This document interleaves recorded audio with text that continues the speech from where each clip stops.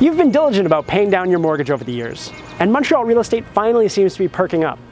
This puts us in the enviable position of having some equity built up in the value of our homes. Like any good business person, you might be asking yourself if you can better leverage your assets to improve your bottom line.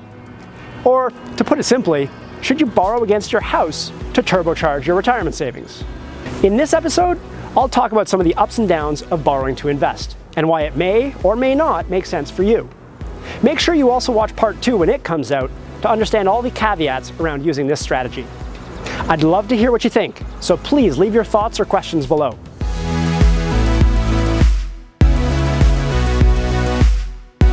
First, let's talk about some of the conditions you'll want to have in place before you consider this strategy. To start, you have to be willing to take on more debt in the first place. If having debt keeps you awake at night, then this definitely isn't for you. The math is irrelevant if you're not comfortable with debt. Second, your mortgage should generally be less than half the value of your house. That's because the bank will only lend you between 65% and 80% of the value of your house. So if your mortgage already accounts for most of your house's value, you won't be able to borrow a significant amount against it. Now, you may be asking why I'm talking about borrowing against your home. That's because for most of us, it's the only way to get credit at a reasonable interest rate. By reasonable, I mean close to the bank's prime rate, which is about 3.5% right now. Third, you want to have a high and stable enough income relative to your monthly expenses so that you can comfortably afford the extra interest cost of carrying this new debt. I say this because in the worst case scenario of interest rates going up while stock markets go down, you don't want to be forced to unwind this strategy because you get pinched on your monthly cash flow. For me, that essentially sets an upper limit for how much you want to borrow. So, having set the stage, what does the process look like? You start by going to the bank to see how much money they'll lend you over and above your existing mortgage. If you're wondering what kind of loan to take, stay tuned for my next video, where I'll go into detail on that question. Once the bank has confirmed how much they'll lend you, and it's an amount you're comfortable with, you take the proceeds of the loan and invest it in your investment account. The investments grow over time, provided you've invested them in well-balanced and low-cost portfolio. Meanwhile, you make the payments on the debt.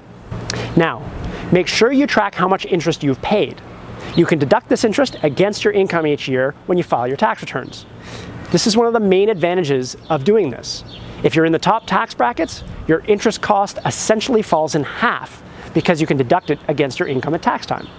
The benefit to you is that you're hopefully earning investment returns around 5 to 6% per year over the next 5 to 10 years, while only paying an after-tax interest rate of about 1.75%.